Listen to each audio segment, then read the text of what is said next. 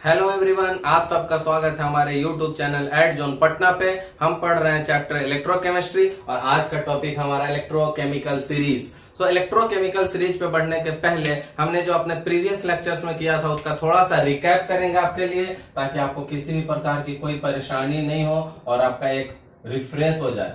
ठीक है, तो रिकैप में क्या देखेंगे, हमने इलेक्ट्रोड पढ़ा था और इलेक्ट्रोड पोटेंशियल पढ़ा था। तो इलेक्ट्रोड पोटेंशियल, सेल पोटेंशियल, इन सब टर्म्स को मैं एक बार फिर से आपके लिए रिव्यू कर दूंगा। तो देखिए कौन कौन सा टर्म अभी हम समझेंगे।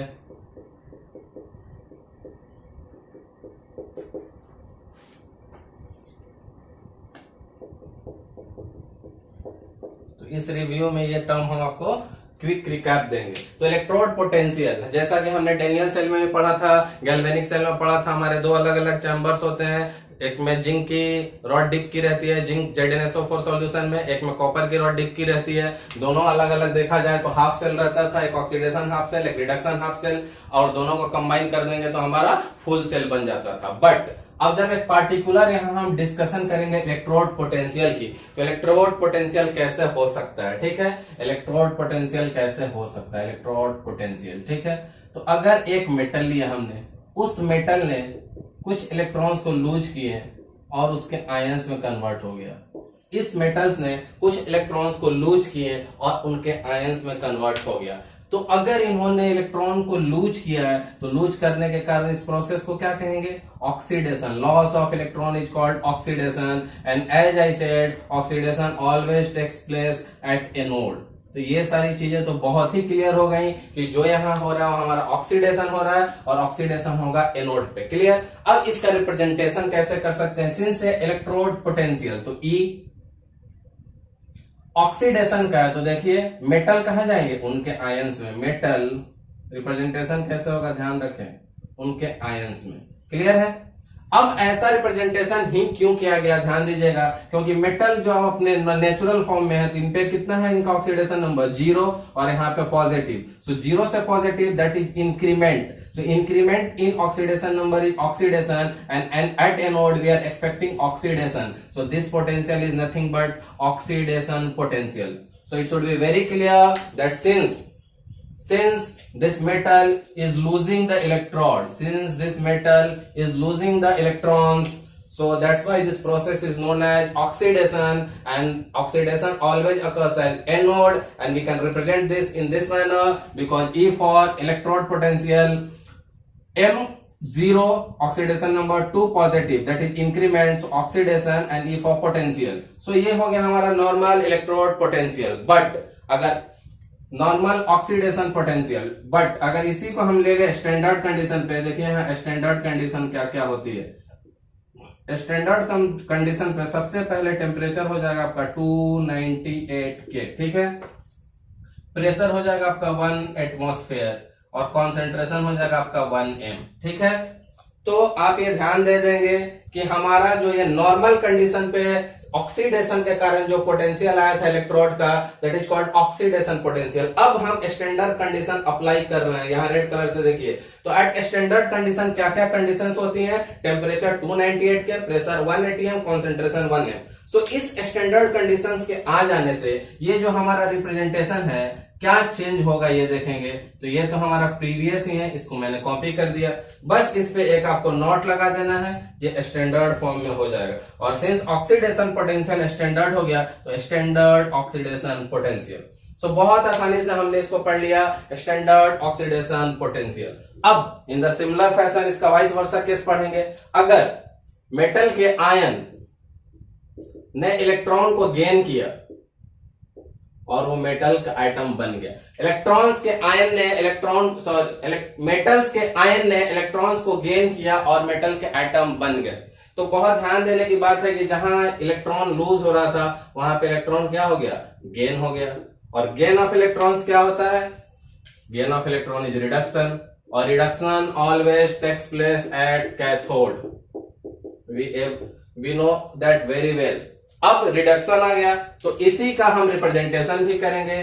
तो यही ध्यान देने की बात है कि अब रिप्रेजेंटेशन कैसे होगा, ये समझ गए, बहुत कुछ समझ गए। ध्यान से देखें, कंपेयर। यहां since oxidation due to loss of electron at anode, so oxidation को हमने शो किया था M/Mn+, because 0 to incremented value of oxidation state, 0 to positive. But अब ऑक्सीडेशन नहीं, रिडक्शन दिखाना है, तो positive to 0, decrement in oxidation number, that is reduction potential. So यहाँ इंक्रीमेंट हुआ था ऑक्सीडेशन नंबर का, सो ऑक्सीडेशन, यहाँ डिक्रीमेंट हुआ है, सो रिडक्शन। अब सेम चीज को अगर हम एट स्टैंडर्ड कंडीशन डाल दे, सेम कंडीशन, बार बार लिखने की जरूरत नहीं है, एट स्टैंडर्ड कंडीशन,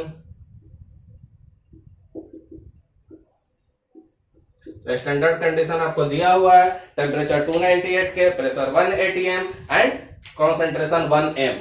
तो मैंने क्या कहा था कि जब इस कंडीशन पे सेम चीज को डाल देंगे तो बस एक चीज का डिफरेंस आएगा, वो क्या, यहाँ पे एक नॉट लग जाएगा स्टैंडर्ड केस के लिए। क्लियर है? और रिडक्शन पोटेंशियल क्या हो जाएगा, standard reduction potential, standard reduction potential. तो अब हम जान गए कि इलेक्ट्रोड पोटेंशियल निकालना और स्टैंडर्ड कंडीशन पे स्टैंडर्ड इलेक्ट्रोड पोटेंशियल भी निकालना, हम दोनों तरीके से जान गए। दोनों में यही डिफरेंस आपको ध्यान से समझना ही है, नहीं तो आपको कोई फायदा नहीं होगा। इस जगह को ध्यान से जूम करके देख लीजिए, आपको डिफरेंस पता चल जाएगा। यहाँ मेटल 0 से प्लस स्टेट में जा रहा है, that is increment in oxidation number, that is oxidation which always occurs at anode due to the oxidation, this is oxidation potential. यहाँ पॉजिटिव से 0 जा रहा है, that is decrement in the oxidation state, and decrement in the oxidation state is called reduction which always occurs at cathode, and इसके कारण इसका नाम reduction potential. दोनों के स्टैंडर्ड कंडीशन पे बस एक वर्ड एक्स्ट्रा ऐड हो जाएगा, स्टैंडर्ड। तो अगर आप ये समझ गए हैं तो मैंने आपको लास्ट क्लास में बताया था कि कैसे निकलेगा ई सेल पोटेंशियल, क्योंकि ये क्या था, हाफ सेल का था, ये था हाफ सेल का। इसमें हम क्या करते थे, बस दोनों को ऐड करते थे, तो ऑक्सीडेशन पोटेंशियल को भी ऐड कर लेते थे और रिडक्शन पोटेंशियल को भी ऐड कर लेते थे, तो हमारा सेल पोटेंशियल आता था। इसके बारे में अभी थोड़ी देर में डिस्कस करेंगे, बट जो हमने सबका इलेक्ट्रोड पोटेंशियल अभी निकाला, अभी हमने जो भी डिस्कशन किया रिगार्डिंग इलेक्ट्रोड पोटेंशियल और उसको स्टैंडर्ड कंडीशन पे शिफ्ट किया था, स्टैंडर्ड कंडीशन डाल के standard electrode potential. Last class या लास्ट लेक्चर्स में हमने पढ़ा था कि how to calculate the electrode potential. तो हाफ सेल पे मैंने कहा था कि आप कुछ भी ट्राई करें वो नहीं निकलेगा, तो उसको निकालने के लिए हमने एक क्या किया था, रेफरेंस इलेक्ट्रोड बनाया था, SHE स्टैंडर्ड हाइड्रोजन इलेक्ट्रोड, जिसका पोटेंशियल हमने 0.0 वोल्ट असाइन किया था, और जिसका भी हमें एक अननोन इलेक्ट्रोड का पोटेंशियल निकालना होता था, हम उस SHE के साथ उसको कनेक्ट करके सेल बना देते थे और निकाल लेते थे। तो उसके बारे में एक ब्रीफ डिस्कशन करेंगे, पहले मैं इसको रब करूंगा।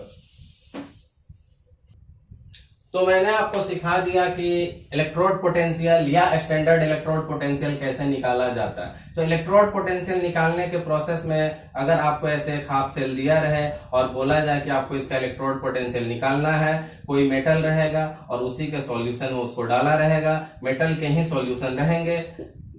अब यहाँ पे हमने डिस्कस किया था कि इसका इलेक्ट्रोड पोटेंशियल कैसे निकालेंगे, सारी कंडीशन हमने डिस्कस की थी कि क्या एक वायर कनेक्ट कर दे, तो आंसर आया था नहीं, क्योंकि they are already in contact. क्या इसको बाहर कर दे, नहीं, क्योंकि बाहर जाने से इनके बीच जो पोलैरिटी डेवलप होती थी वो पोलैरिटी का डेवलपमेंट ही खत्म हो जाएगा। तो हम क्या पोटेंशियल निकालेंगे, पोटेंशियल हम तब निकालते थे जब वो अपने सॉल्यूशन में, मेटल अपने सॉल्यूशन में डिप करता था और सेपरेशन ऑफ चार्जेस आते थे। मेटल जब अपने सॉल्यूशन में डिप करता था तो बहुत इंपॉर्टेंट पॉइंट आता था, separation of charges.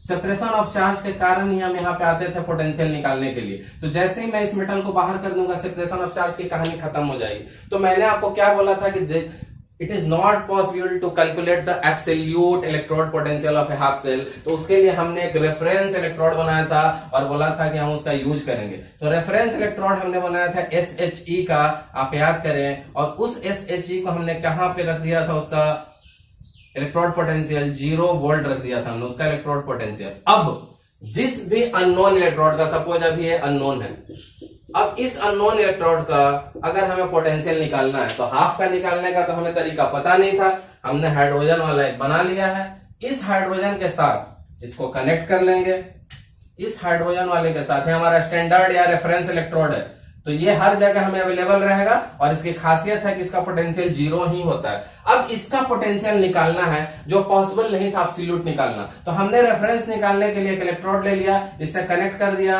U2 connect कर दिया। अब जो भी इसका वैल्यू आएगा वो किसके बराबर होगा? तो हमने यहां से सेल पोटेंशियल का कॉन्सेप्ट इंट्रोड्यूस करना होगा। सेल पोटेंशियल क्या कहता था कि कोई भी सेल का जो सेल होगा पोटेंशियल वो उसके ऑक्सीडेशन पोटेंशियल एंड उसके रिडक्शन पोटेंशियल का सम होगा। क्योंकि अभी जस्ट प्रीवियस केस हमने पढ़ा था, जस्ट प्रीवियस आज के लेक्चर का स्टार्टिंग पॉइंट, कि एक साइड ऑक्सीडेशन हो रहा था, एक साइड रिडक्शन। तो ऑक्सीडेशन और रिडक्शन को ऐड कर लेने से ई सेल आ जाता था। अब ऑक्सीडेशन और रिडक्शन के ऐड करने से ई सेल तो आ जाएगा, बट ध्यान देने की बात यहां क्या है कि ऑक्सीडेशन होता कहां पे है? तो एनोड पे। रिडक्शन होता कहां पे है? तो कैथोड पे। अब यहां से एक रिलेशन हमें पता है कि जो वैल्यू ऑक्सीडेशन पोटेंशियल की होती है उसी का बिल्कुल रिवर्स रिडक्शन पोटेंशियल होता है। तो ओपी को हम नेगेटिव फॉर्म में लिख सकते हैं माइनस ERP। क्यों? क्योंकि ऑक्सीडेशन एंड रिडक्शन एक दूसरे के बिल्कुल रिवर्स में होते हैं। बट वर्ड यहां पे यही रहेगा एनोड। तो ये हमने कन्वर्ट किया और ये हो गया हमारा सेम एज इट इज। अब ध्यान दीजिए कि क्या फायदा हुआ। फायदा ये हुआ कि जब हमने इस रिलेशन का यूज कर लिया, वो रिलेशन में यहां लिख देता हूं कौन से रिलेशन का हमने यूज किया। रिलेशन का यूज किया कि जो EOP था हमारा that is negative of ERP। इसी रिलेशन का यूज किया हमने कि ऑक्सीडेशन का जो पोटेंशियल है वो रिडक्शन में नेगेटिव वैल्यू देता है, तो OP की जगह नेगेटिव RP डाल दिया। अब यहाँ OP अलग था, RP अलग था, दोनों RP में कन्वर्ट हो चुके हैं। दोनों कहां कन्वर्ट हो चुके हैं? RP में। तो अब ई सेल क्या है, ध्यान से देखिए।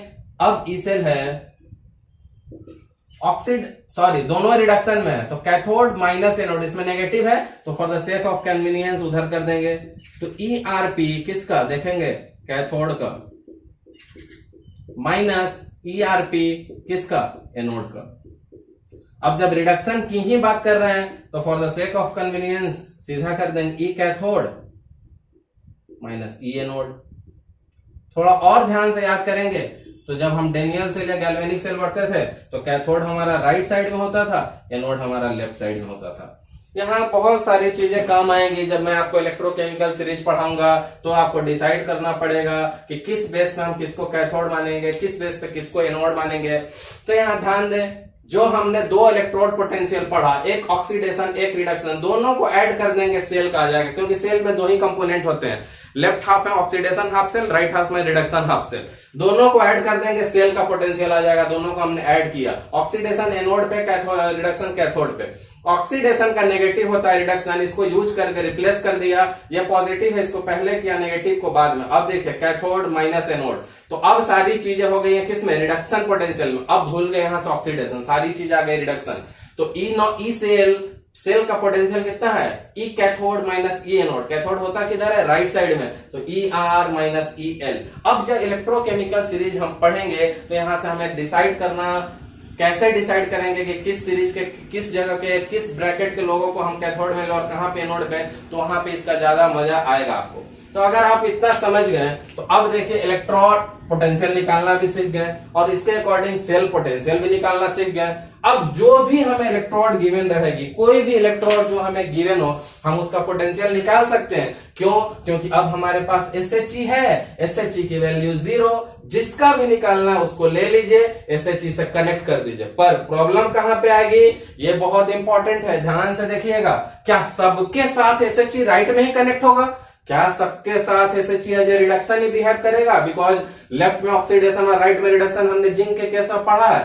तो ऐसा जरूरी नहीं है कि हमेशा SHE राइट में जाए और एज ए कैथोड यूज हो। ये डिपेंड करेगा, जब हम केमिकल सीरीज पढ़ेंगे, इलेक्ट्रोकेमिकल सीरीज, तो वो हमें डिसाइड करने में हेल्प करेगा कि किसको ले कैथोड, किसको ले एनोड। जिस केस में SHE को एनोड असाइन होगा तो SHE लेफ्ट साइड में आ जाएगा, अगर SHE कैथोड असाइन होगा तो SHE इधर आ जाएगा। तो चाहे SHE लेफ्ट में जाए या SHE राइट में जाए, सेल तो हमारा कंस्ट्रक्ट हो ही जाएगा, क्योंकि अभी हाफ सेल है। जैसे SHE आएगा, जैसे मैंने राइट में इसको कनेक्ट किया है, इन द सिमिलर फैशन अगर SHE को एनोड माने तो लेफ्ट में सिमिलर फैशन में कनेक्ट हो जाएगा। उस सेल का पोटेंशियल कितना होगा? उस सेल का पोटेंशियल कितना होगा, ये बहुत ध्यान देने की बात है। तो देखिए ई सेल हमने क्या पढ़ा था?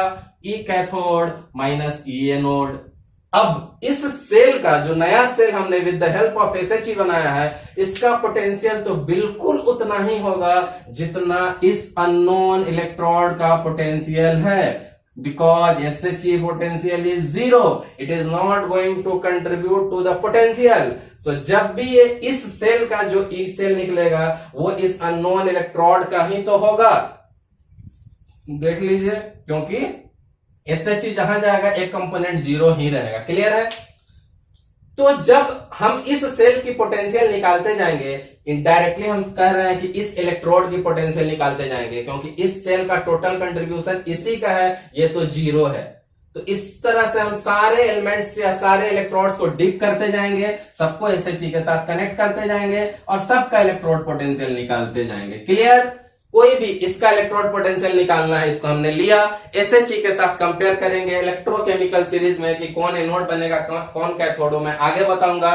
तो अगर ये रेड वाला हमारा स्टैंडर्ड है तो स्टैंडर्ड का कंपेयर करके देख लेंगे कि एनोड है कि कैथोड है। ये अननोन है ब्लैक वन, इस अननोन के साथ स्टैंडर्ड को रख लेंगे। डिपेंड करेगा कि स्टैंडर्ड किधर जाएगा, एनोड पे या कैथोड पे, वो हम आगे देखेंगे। चाहे वो लेफ्ट जाए या राइट जाए, दोनों को कनेक्ट करने से सेल तो बन ही जाएगा।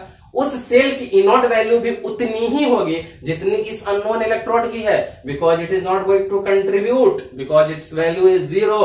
क्लियर? सो इस तरह करके हम क्या करेंगे, सारे इलेक्ट्रोड्स का इलेक्ट्रोड पोटेंशियल निकाल लेंगे, सारे इलेक्ट्रोड्स का इलेक्ट्रोड पोटेंशियल निकाल सकते हैं और स्टैंडर्ड वैल्यू डाल देंगे, दैट इज टेम्परेचर 298 K और कॉन्सेंट्रेशन 1 m और प्रेशर 180 m। तो इलेक्ट्रोड पोटेंशियल की जगह सबकी स्टैंडर्ड इलेक्ट्रोड पोटेंशियल आ जाएगी। तो ये काम जब सारे इलेक्ट्रोड्स के लिए हम कर देंगे तो सारे इलेक्ट्रोड्स का हम इलेक्ट्रोड पोटेंशियल भी निकाल सकते हैं और स्टैंडर्ड इलेक्ट्रोड पोटेंशियल। अब हमारे पास सबकी वैल्यू आ गई है, बस हमें क्या करना है, उसको अरेंज कर देना। किस फॉर्म में? Either increasing either decreasing, it's depend on your choice. और जब उसको टेबुलर फॉर्म में अरेंज कर देंगे तो एक सीरीज का फॉर्मेशन होगा, the series is called electrochemical series. तो इस सीरीज तक पहुंचने के लिए मैंने आपको इतनी स्टोरी समझाई, बट इस सीरीज में अभी भी ध्यान देने की बात है कि किसको कैथोड असाइन करेंगे और किसको anode on the basis of that series, because जब तक ये डिसाइड नहीं होगा कि कौन कैथोड और कौन एनोड, तो इस सीरीज का कोई फायदा नहीं होगा। नहीं तो सारे रिएक्शन मिक्स हो जाएंगे और पता नहीं चलेगा किसका ऑक्सीडेशन किसका रिडक्शन। तो अब इलेक्ट्रोकेमिकल सीरीज पे बढ़ेंगे, क्योंकि हमने यहां निकाला है इलेक्ट्रोड पोटेंशियल और सबका इलेक्ट्रोड पोटेंशियल को क्या करना है, हमें अरेंज कर देना है। तो अब मूव करेंगे हम टॉपिक पे इलेक्ट्रोकेमिकल सीरीज। जैसा कि मैंने बोला था कि हमने सबका इलेक्ट्रोड पोटेंशियल निकाल लिया है। सबका इलेक्ट्रोड पोटेंशियल को दो तरह से निकाला था, ऑक्सीडेशन रिडक्शन। हम मूव कर गए थे रिडक्शन पे कन्वर्ट करके ऑक्सीडेशन को भी नेगेटिव लगा के, और उसके स्टैंडर्ड वैल्यू को तो SRP, सबका SRP निकालना अभी मैंने बता दिया था, रिकैप में भी बता दिया। अब हमारे पास सबका SRP है तो हम क्या करेंगे, उसको अरेंज कर देंगे। It is an arrangement of SRP in, जैसे भी मर्जी, आपकी मर्जी हो तो इंक्रीजिंग ऑर्डर से जा लीजिए, आपकी मर्जी हो तो डिक्रीजिंग ऑर्डर समझा लीजिए। तो जब सब सारे इलेक्ट्रोड्स का रिडक्शन पोटेंशियल निकाला हमने स्टैंडर्ड कंडीशन पे, वो SRP कहलाएगा। अब उस SRP को हम एक टेबुलर फॉर्म दे देंगे अरेंज करके, चाहे वो इंक्रीजिंग ऑर्डर में लीजिए या डिक्रीजिंग। तो वो जो सीरीज बनेगी, वो जो टेबल आएगा, वही होगा इलेक्ट्रोकेमिकल सीरीज।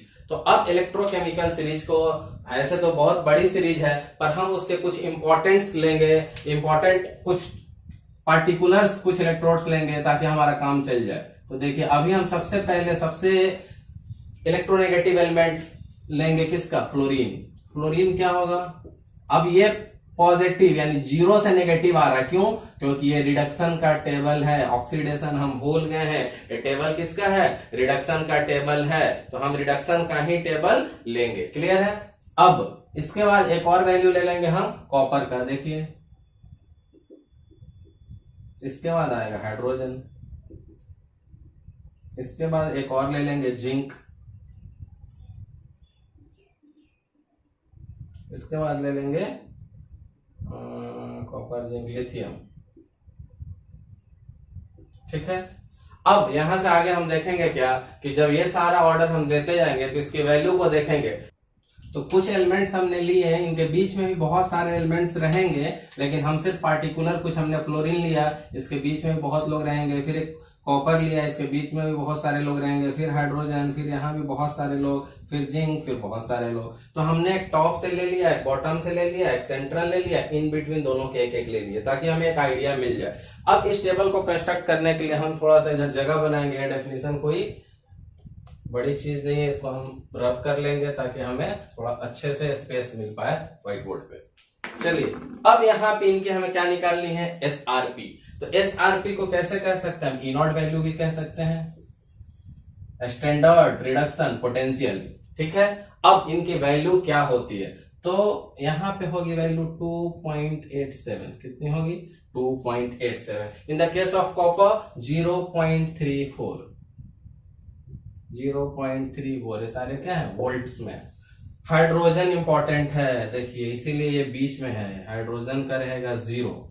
जिंक का हमने पहले भी पढ़ा हुआ है, -0.76, और सबसे नीचे लिथियम है, इसका होगा नेगेटिव -3.005।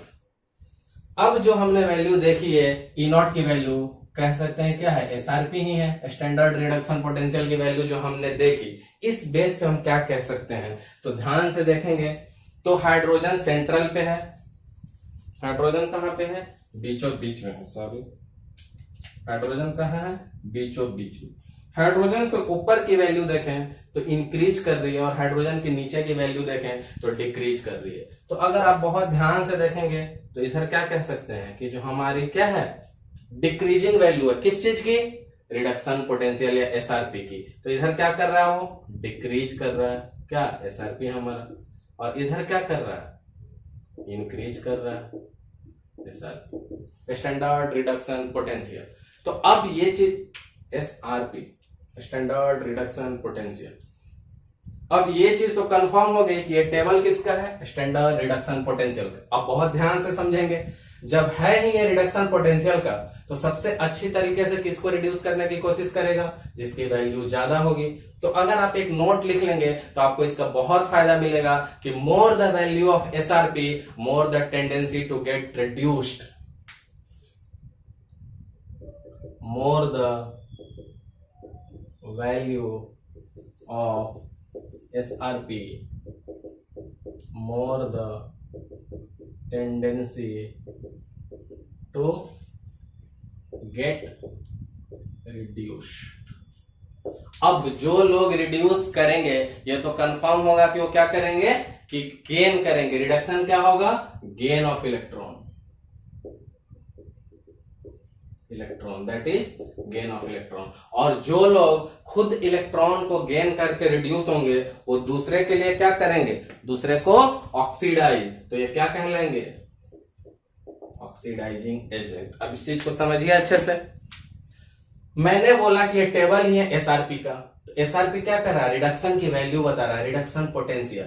तो जिसके पास जितना ज्यादा एसआरपी होगा वो उतना ज्यादा टेंड करेगा रिड्यूस होने के लिए, और जितना ज्यादा रिड्यूस होगा उतना इलेक्ट्रॉन को गेन करेगा, क्योंकि गेन ऑफ इलेक्ट्रॉन रिडक्शन होता है। और खुद रिड्यूस हो रहा है तो दूसरे को ऑक्सीडाइज करेगा, और दूसरे को ऑक्सीडाइज करेगा तो क्या कहलाएगा, ओए। तो ये बहुत क्लियर हो गया है। तो सबसे अधिक बड़ी वैल्यू क्या है यहाँ पे हमारे पास, रिडक्शन पोटेंशियल की 2.87। तो सबसे ज्यादा टेंडेंसी टू गेन इलेक्ट्रॉन यहीं पे क्या होगा, मैक्सिमम होगा। टेंडेंसी टू गेन इलेक्ट्रॉन क्या होगा, मैक्सिमम।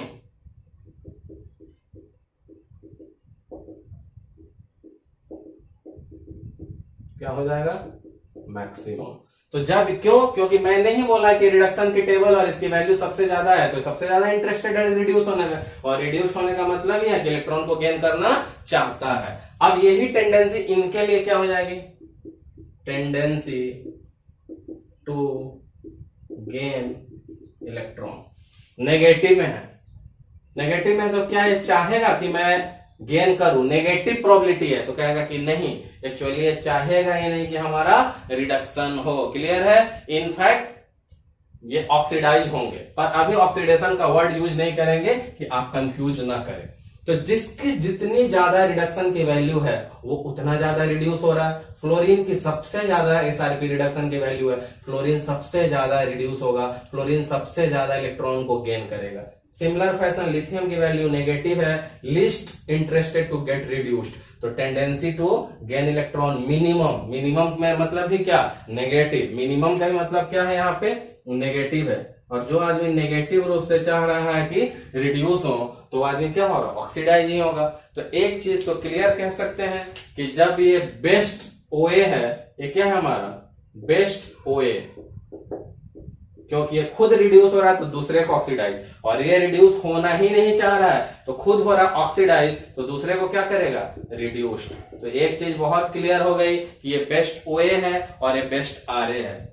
मैंने बहुत आसानी से समझा दिया है, इस टेबल को समझना आपके लिए बहुत जरूरी है, इसलिए मैं इतने आराम से समझा रहा हूं। रिडक्शन की वैल्यू सबसे ज्यादा, that is gain of electron सबसे ज्यादा, जो खुद रिड्यूस होंगे दूसरे को ऑक्सीडाइज करेंगे, तो बेस्ट रिड्यूस्ड हो रहा है तो बेस्ट ओए होगा। अपोजिट मैनर, इनकी टेंडेंसी रिड्यूस होने की negative, that is gain of electron negative, तो जो चीज नेगेटिव गेन करना चाह रही है इसका मतलब वो लूज करना चाह रही है, इसका मतलब वो क्या होगी, रिड्यूस नहीं ऑक्सीडाइज होगी, और जो सेल्फ ऑक्सीडाइज होगा दूसरे के लिए रिड्यूसिंग एजेंट हो जाएगा।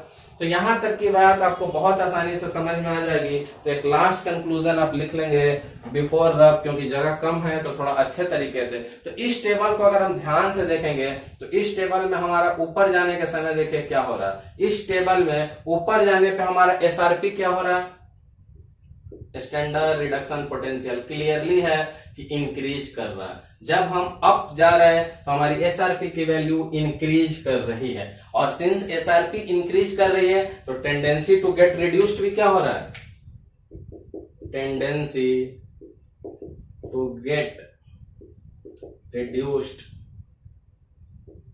वो भी क्या हो जाएगी, वो भी इंक्रीज करेगी।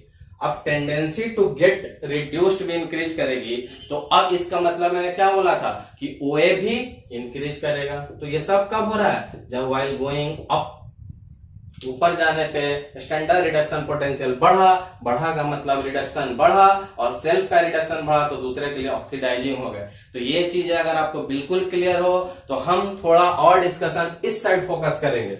आप याद कीजिए कि मैंने आपको बिफोर रब करने के पहले एक फॉर्मूला बताया था कि यहीं पे लिख ले, इधर फोकस कीजिए, ई सेल या E naught cell equal to E cathode minus E anode, ये फॉर्मूला मैंने आपको बता दिया था।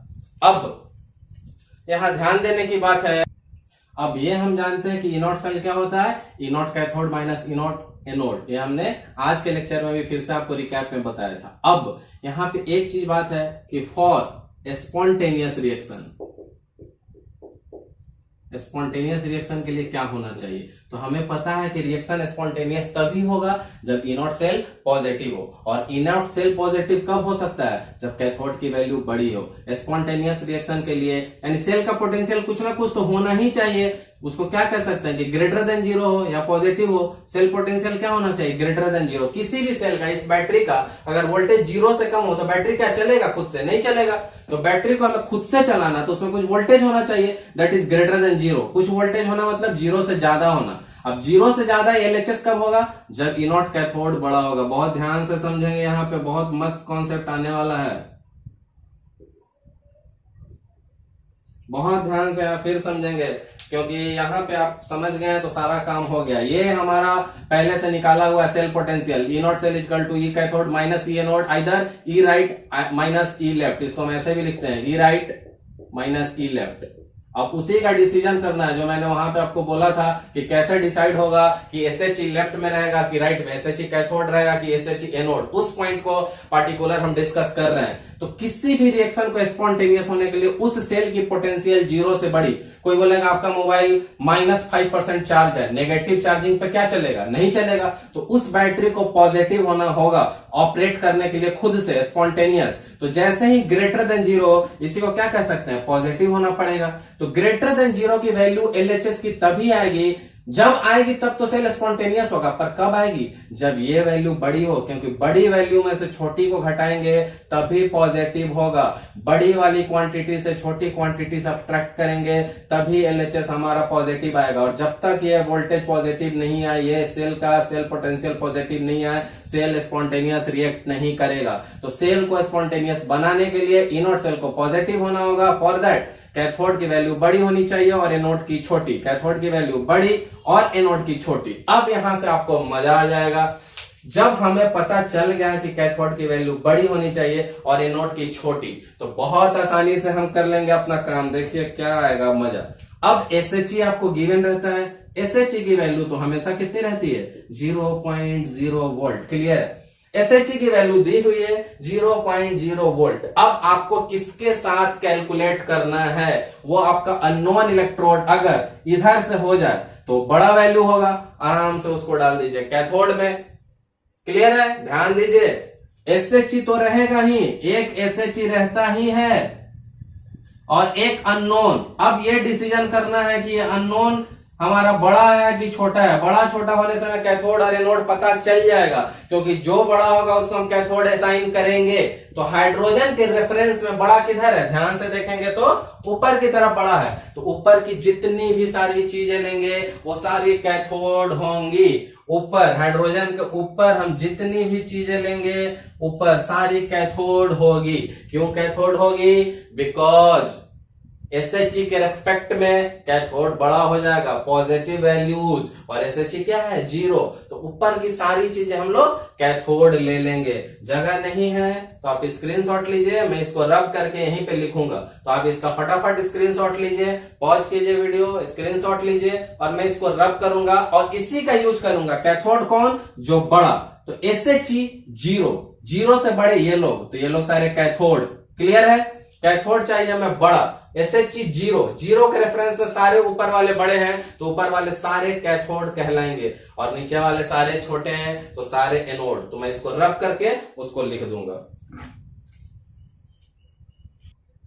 तो मैंने इसको रब कर दिया है। हमें ये चीजें पॉजिटिव चाहिए। इस चीज को पॉजिटिव क्यों चाहिए? क्योंकि रिएक्शन चाहिए हमें स्पॉन्टेनियस, और स्पॉन्टेनियस रिएक्शन होने के लिए कैथोड राइट साइड बड़ा होना चाहिए। राइट साइड बड़ा होना चाहिए किससे? एनोड से।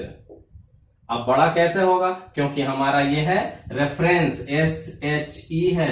तो SHE के रेफरेंस में ऊपर वाली सारी चीजें बड़ी हैं और बड़ी वाली सारी चीजों को मैं क्या असाइन कर दूंगा? As a cathode. ध्यान देंगे, इसको कैथोड किसके रेफरेंस में? With respect to SHE, because with respect to SHE that is 0, all above values are positive, which is greater, and greater things we assign as a cathode, because cathode minus anode greater minus lesser will get positive value, or cell will act as a spontaneous reaction and vice versa.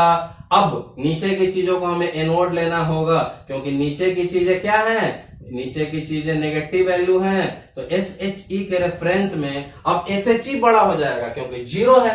0 से सारी चीजें छोटी हैं। अब SHE बड़ा हो गया तो SHE चले जाएगा इधर और ये लोग क्या हो जाएंगे? हमारा कैथोड हो जाएंगे। जो ये सारे मैं इसमें से कोई भी लूं, क्योंकि जो वैल्यू बड़ी हो वो जाएगा कैथोड। बड़ी वैल्यूज हमारी सारी थी ये वाली, तो कैथोड, और हाइड्रोजन गया था SHE का। अब हाइड्रोजन तो SHE का ही है, लेकिन ऊपर वाले कैथोड थे तो नीचे वाले एनोड। अब ऊपर देखिए, सब वैल्यू से बड़ी तो सारे कैथोड, अब सब इससे छोटी तो सारे एनोड, क्योंकि हमें ओवरऑल प्रूफ क्या करना है कि इनोड सेल स्पॉन्टेनियस रहे। तो एक तो मैंने आपको ये प्रूफ कर दिया कि कैसे लेंगे आपके सेल में, कब कौन सी वैल्यू एग्जाम में क्वेश्चंस में न्यूमेरिकल्स में दी रहेगी। आप बहुत आसानी से आप कैथोड और anode with respect to SHE ले पाएंगे, क्योंकि आप दोनों वैल्यू को कंपेयर कर लेंगे। जो वैल्यू आपको बड़ी मिल जाएगी आप उसको कैथोड बना देंगे और दूसरा बचा हुआ SHE बन जाएगा। मुझे हाइड्रोजन के ऊपर की सारी वैल्यू बड़ी मिली, मैंने जो भी लिया उसको कैथोड बनाया SHE के रेफरेंस में। दूसरा केस में सारी वैल्यू छोटी मिली, मैंने उसको एनोड बनाया SHE के रेफरेंस में, और हमारा काम बिल्कुल आसान हो गया। तो अगर आप इतना समझ गए होंगे तो आई थिंक बहुत सारी चीजें आप समझ गए हैं। और भी कुछ जानने की जरूरत है तो एक शॉर्टकट ट्रिक आप यहां से जान सकते हैं कि जिस चीजों की वैल्यू किस चीज की value? Negative SRP. Negative SRP जिसकी ज्यादा होती है उसका रिड्यूसिंग एजेंट ज्यादा होता है, बेटर आर ए होगा। जिसकी नेगेटिव एसआरपी ज्यादा होगी, देखिए यहां नोट में लिख सकते हैं, कभी कभी एमसीक्यू में डायरेक्ट आ जाता है। तो जिसकी नेगेटिव एसआरपी मोर होगी, more the negative SRP best the better the R A. Clear है? Better the R A. तो अगर सिर्फ वैल्यूज देख के चुननी है तो जिसकी जितनी नेगेटिव रिडक्शन पोटेंशियल की वैल्यू रहेगी उसको बेटर आर ए कहेंगे, और जिसकी मोर पॉजिटिव वैल्यू रहेगी उसको ओ ए कहेंगे। तो पढ़ा हुआ ही है, पॉजिटिव एसआरपी अगर मोर हुआ तो क्या कहलाएगा? बेटर ओए। तो आई होप मैंने आपको इलेक्ट्रोकेमिकल सीरीज के सारे कॉन्सेप्ट अच्छे से समझा दिए होंगे। अगर आप इलेक्ट्रोकेमिकल सीरीज अच्छे से समझ गए हैं तो आपको घबराने की जरूरत नहीं है कि आपको किसी भी वैल्यूज को बाय हार्ट करने की जरूरत नहीं है, क्योंकि एग्जाम्स में आपको वैल्यूज गिवन रहेंगे।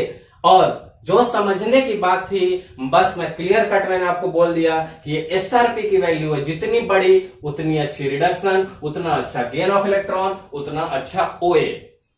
दूसरी बात मैंने बोली इसका यूज क्या करेंगे कि एसएचई के रेफरेंस में डिसाइड करेंगे कि कौन एनोड होगा कौन कैथोड। तो जो वैल्यू बड़ी होगी वो कैथोड, क्योंकि स्पॉन्टेनियस रिएक्शन में इनोड सेल पॉजिटिव चाहिए। जीरो के रेफरेंस में सारी बड़ी है तो सारी कैथोड, जीरो के रेफरेंस में सारी छोटी है तो सारे anode with respect to SHE. Objective questions के लिए कुछ ट्रिक्स मैंने बता दिए थे।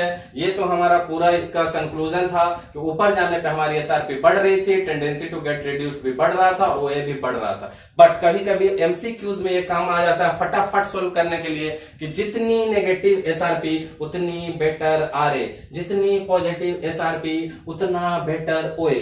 तो अब इससे आपका काम हो जाएगा। हम इसको जल्दी से रब करेंगे और बढ़ेंगे एप्लीकेशंस ऑफ इलेक्ट्रोकेमिकल सीरीज। तो आपने सीख लिया इलेक्ट्रोकेमिकल सीरीज, अब इसके एप्लीकेशन पे चलेंगे। तो इलेक्ट्रोकेमिकल सीरीज हमने बना लिया है, अपना कंस्ट्रक्ट कर लिया है। इनके बीच में मैंने बोल दिया था कि बहुत सारे और भी इलेक्ट्रोड्स रहेंगे और भी एलिमेंट्स रहेंगे, पर हमने कुछ स्पेसिफिक लिया था। ये हमारा इलेक्ट्रोकेमिकल सीरीज कंस्ट्रक्ट हो गया है। इसको मगअप करने की, बाय हार्ट करने की कोई जरूरत नहीं है, क्योंकि एग्जाम में आपको इसकी वैल्यूज गिवन रहेगी। कॉन्सेप्ट ज्यादा इंपॉर्टेंट है, तो आपको कॉन्सेप्ट पे फोकस करना है। तो जब हमने इसको पढ़ लिया तो अब हम जरा इसका एप्लीकेशन देख लेंगे। इसके एप्लीकेशंस क्या क्या हैं। तो फर्स्ट एप्लीकेशन पे फोकस करें तो आपको बहुत मजा आएगा ये जान के कि बिल्कुल वही जो लास्ट नोट हमने डिलीट किया था वही है कि ये हमें क्या बताएंगे। It tells us about the क्या oxidising and reducing nature of elements. It tells us about the oxidising and reducing nature of elements। कैसे? बिल्कुल वही देखिए लास्ट जो हमने लास्ट में पढ़ा था कि जितना ज्यादा नेगेटिव एसआरपी होगा, जितना ज्यादा नेगेटिव ई नॉट होगा, ये किसकी वैल्यू? ई नॉट के स्टैंडर्ड। तो जितना ज्यादा नेगेटिव ई नॉट होगा उतना बेटर आर ए होगा। So that is, आप नहीं देख पाए तो आप फिर से देख लीजिए, शायद कैमरा इधर फोकस नहीं था, तो एक बार आप देख लीजिए कि जितना ज्यादा नेगेटिव ई नॉट उतना बेटर आर ए। ये इलेक्ट्रोकेमिकल सीरीज हमने प्रीवियस अभी जस्ट वर्क करने के बिफोर डेराइव कर लिया था। मैंने यहाँ कॉर्नर में लिख दिया कि आपको आसानी होगी। तो you can see it out क्या कि more the negative value of, more the negative value of E naught better the RA। जितना ज्यादा नेगेटिव वैल्यू होगा ई नॉट का उतना बेटर आर ए होगा। एंड वाइस वर्सा में क्या कह सकते हैं कि more the positive value of E not better the ओए। जाके देख लेंगे, जितना ज्यादा पॉजिटिव वैल्यू आया है ई नॉट का उतना बेटर ओए है, जितना नेगेटिव वैल्यू आया है उतना अच्छा आर ए है। अगर आपको डाउट है तो इसके आरए के लिए एक एग्जांपल लिख लेंगे, ये लिथियम वाला आपको याद रहेगा, और ओए के लिए ये वाला एग्जांपल लिख लेंगे, कौन सा, फ्लोरीन वाला। अब जरा ध्यान देंगे, जितनी ज्यादा नेगेटिव वैल्यू, एमसीक्यू क्वेश्चन में आपको बहुत ज्यादा जरूरत आने वाली है, उतनी बेटर आरए। जितनी ज्यादा नेगेटिव वैल्यू उतनी बेटर आरए, जितनी ज्यादा पॉजिटिव वैल्यू उतना बेटर ओए, जितनी ज्यादा पॉजिटिव वैल्यू उतना बेटर ओए। तो ये एक एप्लीकेशन हो गया किसका, हमारा इलेक्ट्रोकेमिकल सीरीज का। दूसरा एप्लीकेशन देखिए क्या कहता है, तो ये कह रहा है कि help us to calculate the E naught cell, it help us to calculate the E naught cell, cell के पोटेंशियल्स को निकालने में हमें हेल्प करेगा, जरूर करेगा, क्योंकि हमने पढ़ रखा है कि what is E naught cell. So E naught cell is nothing but E naught cathode minus E naught anode, यही तो हमने पढ़ा है। It is nothing but E naught cathode minus E naught anode. But कैसे पता चलेगा कि cathode है कि एनोड? मैंने बोला था आपको कि हमेशा कैथोड की वैल्यू बड़ी रहेगी, कैथोड की वैल्यू लार्जर रहेगी हमेशा। क्यों? क्योंकि बड़े वाले में से छोटे वाले को घटाएंगे तभी पॉजिटिव वैल्यू आएगी। क्लियर है? तो ये हमारे टेबल से क्लियर हो जाएगा। फिर तो हम एक गैल्वेनिक सेल का एग्जांपल ले लेंगे और हमें क्लियर हो जाएगा। गैल्वेनिक सेल, डेनियल सेल, जो जिंक और कॉपर से मिलकर बना होता था, उसका निकाल लेंगे। एक हमारा एग्जांपल है, तो उसमें क्या होगा, ई कैथोड माइनस ई एनोड। याद कीजिए कि उस सेल में कैथोड किसका होता था, लेफ्ट में एनोड जिंक का होता था, तो कैथोड होता था कॉपर का। कॉपर की वैल्यू जाके देख लीजिए 0.34 माइनस एनोड, कैथोड किसका होता था, कैथोड राइट साइड पे होता था कॉपर का, एनोड लेफ्ट पे होता था जिंक का। अब जिंक की वैल्यू जाके देख लीजिए -0.76।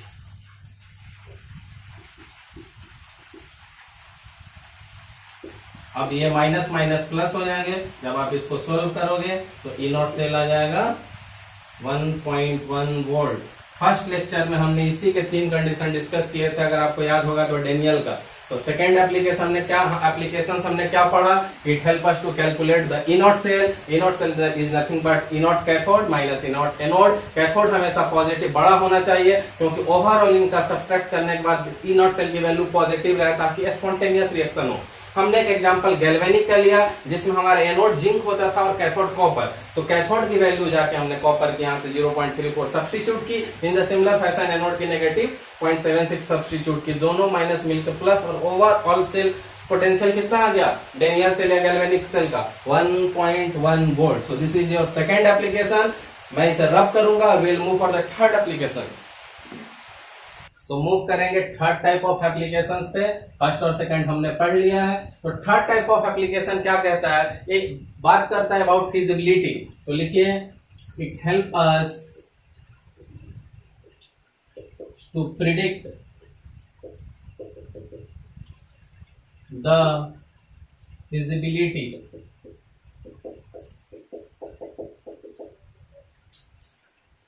Of the reaction, feasibility of the reaction. अब ये हमें कैसे हेल्प करेगा कि रिएक्शन होगी कि नहीं? तो बहुत आसान बात है, हमने यहां भी एक पढ़ा था, याद कीजिए। ई नॉट सेल क्या था, ई कैथोड माइनस ई एनोड। तो कैथोड जब बड़ी हो जाती थी तो हमारा ई नॉट सेल पॉजिटिव आ जाता था, और ई नॉट सेल पॉजिटिव होता था तो वही तो स्पॉन्टेनियस का रिएक्शन था। तो स्पॉन्टेनियस रिएक्शन होने के लिए क्या होना पड़ेगा, that is E naught cell greater than 0, या इसको हम कह सकते हैं पॉजिटिव वैल्यू आनी चाहिए। तो जब भी ई नॉट सेल, जैसा मैंने एग्जांपल दिया, कोई भी मोबाइल है तो बैटरी चार्ज होगा 0 से ज्यादा परसेंट में तभी काम करेगा। तो रिएक्शन भी फिजिबिलिटी, रिएक्शन कब करेगी, जब उसका ई नॉट सेल 0 से ज्यादा बड़ा हो, यानी पॉजिटिव वैल्यू हो, तब काम करेगी। तो यह था हमारा थर्ड एप्लीकेशन। अब हम मूव करेंगे अपने फोर्थ टाइप ऑफ एप्लीकेशन पे, which is more beautiful one. तो फोर्थ एप्लीकेशन क्या कहता है, तो लिखिए, कि help us to see, it help whether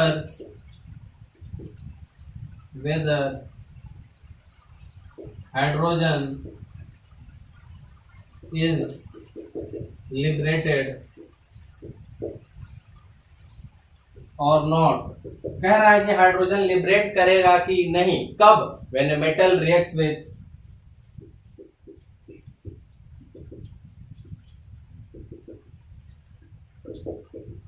dilute mineral acid. जब एक मेटल डाइल्यूट मिनरल एसिड्स, तो दो चीज हमें देखनी है, सबसे पहले कि हाइड्रोजन लिबरेट होगा या नहीं, कब, जब मेटल किससे रिएक्ट करेगा, डाइल्यूट मिनरल एसिड से। तो इसमें बहुत खूबसूरती के साथ मैं आपको बताऊंगा, तो आप इसको समझने की कोशिश करिए कि कब वो लिबरेट होगा, कब लिबरेट नहीं होगा। तो इन शॉर्ट में अगर आप चाहें तो आप लिख सकते हैं कि लिबरेट होगा कब, तो कब, जब उनका बिलो हाइड्रोजन हो। लिबरेट कब होगा वो मैं समझाऊंगा आपको, कब लिबरेट होगा, जब उनकी SRP बिलो हाइड्रोजन हो। अब मैं वो सारी चीजें समझाऊंगा, आपको घबराने की जरूरत नहीं। यहाँ पे हमने देख लिया कि हमें एक मेटल को रिएक्ट करना है डाइल्यूट मिनरल एसिड से, तो हम एक एग्जांपल लेंगे, एक्चुअली दो एग्जांपल लेंगे और देखेंगे क्या होने वाला है। तो एक मेटल ले लेंगे हम जिंक, और जिंक क्यों, डाइल्यूट मिनरल एसिड में डाइल्यूट H2SO4 से रिएक्शन कराएंगे, तो डाइल्यूट सल्फ्यूरिक एसिड से रिएक्शन होगा, तो in general ZnSO4 and hydrogen gas liberate होने चाहिए। अब एक और एग्जांपल लेंगे हम किसी और मेटल के साथ, हम ले लेंगे कॉपर के साथ। कॉपर के साथ ले लेंगे डाइल्यूट HCl, ये भी हमारा मिनरल एसिड है। कॉपर के साथ जब लेंगे तो CuCl2 बनेगा या बनना चाहिए, प्लस हाइड्रोजन गैस।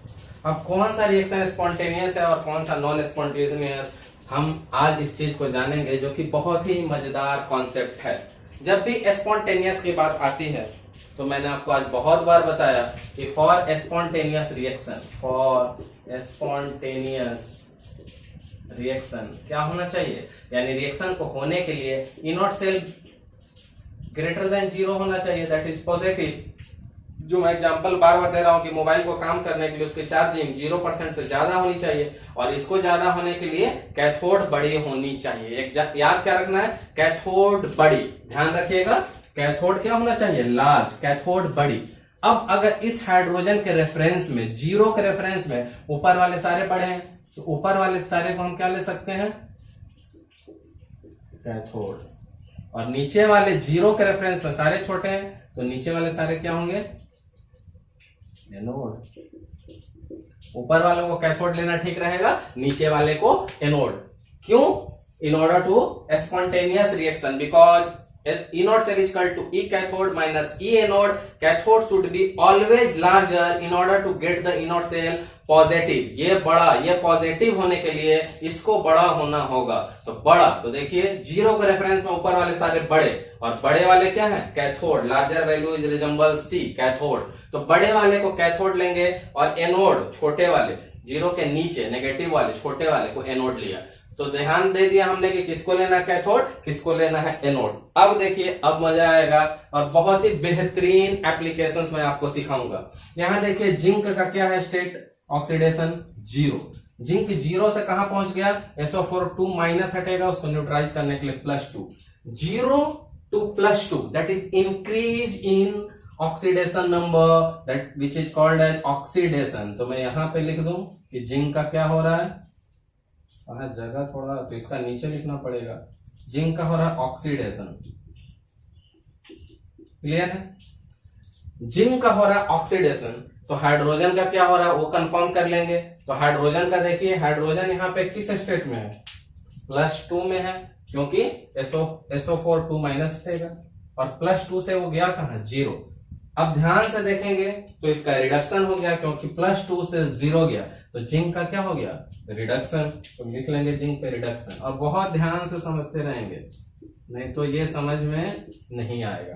तो ये प्रूफ किया हमने अब तक कि जिंक का ऑक्सीडेशन हुआ, because oxidation number is increasing from 0 to +2।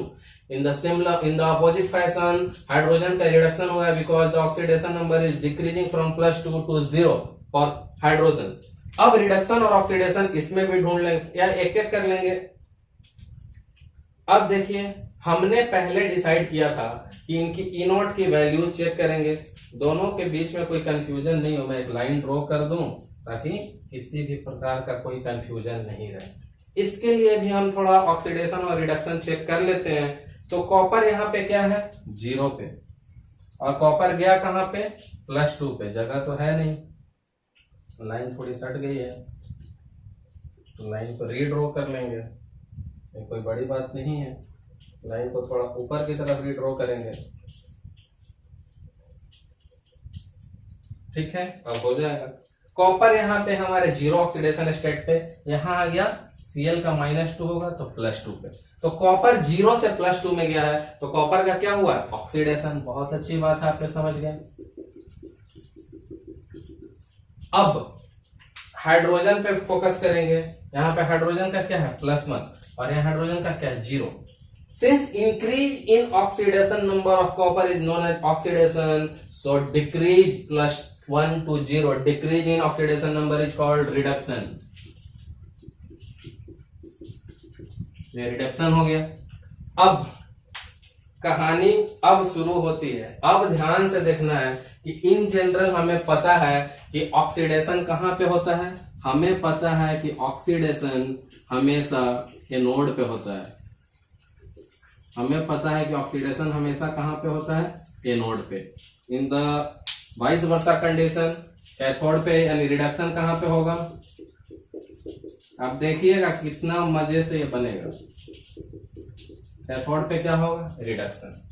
अब हमें ये देखना है कि सिंस ऑक्सीडेशन तो हो चुका है, अब जब ऑक्सीडेशन हो ही चुका है तो ये क्या होगा एनोड।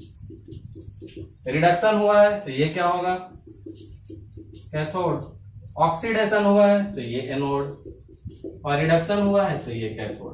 अब तक सारी कहानी बहुत सिंपलर थी, जो हुआ हमने किया।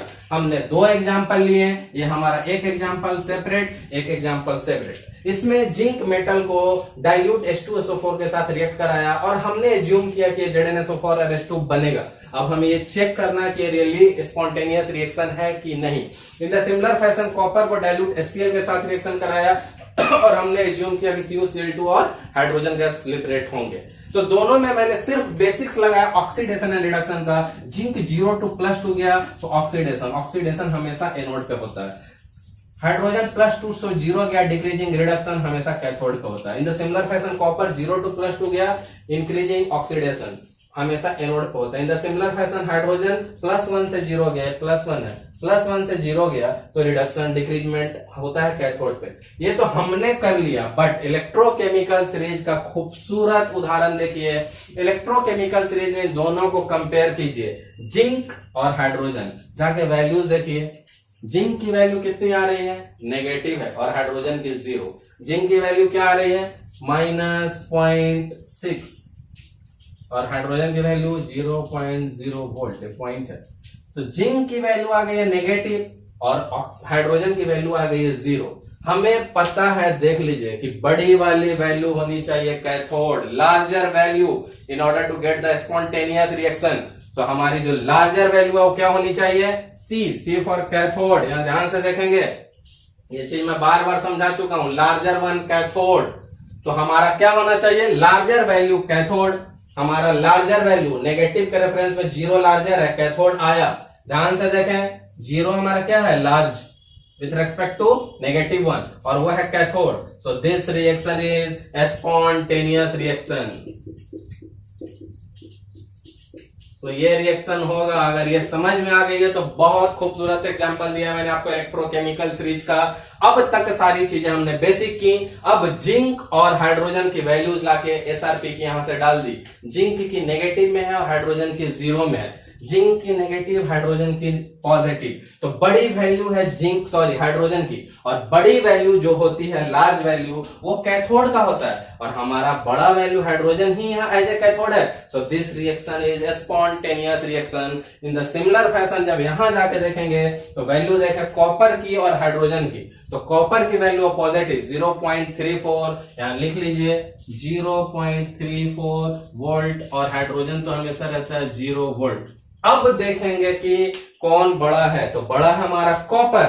देखिए बड़ा है कॉपर, तो कॉपर को रहना चाहिए कैथोड, लार्जर वैल्यू। इन दोनों में लार्जर कौन है? लार्जर ये है, और जो लार्जर होता है उसको जाना पड़ता है कैथोड पे, but it is not at cathode, it is at anode. You can see it is not at cathode. Larger को होना चाहिए था यहां पे, but it is not at cathode.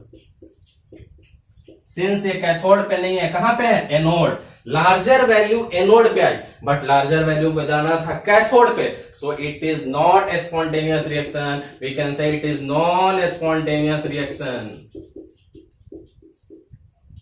तो बहुत ही खूबसूरत एग्जाम्पल मैंने आपको समझाया, ये समझ गए हैं तो एकदम मतलब अब तक का पूरा निचोड़ समझ गए आप। बहुत ही बेहतरीन चीज मैंने बताया, ऑक्सीडेशन क्लियर है, रिडक्शन क्लियर है। ऑक्सीडेशन एनोड पे होता है, रिडक्शन कैथोड पे। सिमिलर फैशन ऑक्सीडेशन क्लियर है, ऑक्सीडेशन एनोड पे, रिडक्शन क्लियर है कैथोड पे। बट इससे कभी भी पता नहीं चल रहा था कि रिएक्शन होगा कि नहीं, तो हमने इंट्रोड्यूस कर लिया हमारा इलेक्ट्रोकेमिकल सीरीज, जो कहता है कि in order to get the reaction spontaneous हमेशा ई कैथोड बड़ी होनी चाहिए, क्योंकि बड़ी में से छोटी घटाएंगे तो इनोड सेल पॉजिटिव आएगा और रिएक्शन स्पॉन्टेनियस होगा। इन शॉर्ट बड़ी वाली चीज है कैथोड। हमने जाके वैल्यू देखा तो एनोड जिंक की वैल्यू नेगेटिव थी, हाइड्रोजन की 0, दोनों को कंपेयर किया, 0 बड़ी थी और कैथोड पे थी। बड़ी वाली चीजें कैथोड पे थी, लार्ज चीजें कैथोड पे थी, इसलिए ये रिएक्शन स्पॉन्टेनियस हो गया। बट यहां बड़ी वैल्यू कौन सी है? 0.34 विथ रेस्पेक्ट टू हाइड्रोजन। तो बड़ा तो कॉपर था, बट कॉपर कैथोड पे नहीं था, बड़ी वैल्यू को होना था कैथोड पे, पर ये थी एनोड पे। So that's why they are non spontaneous reaction. तो ये रिएक्शन आपका स्पॉन्टेनियस प्रोसीड करेगा, ये रिएक्शन स्पॉन्टेनियस नहीं होगा।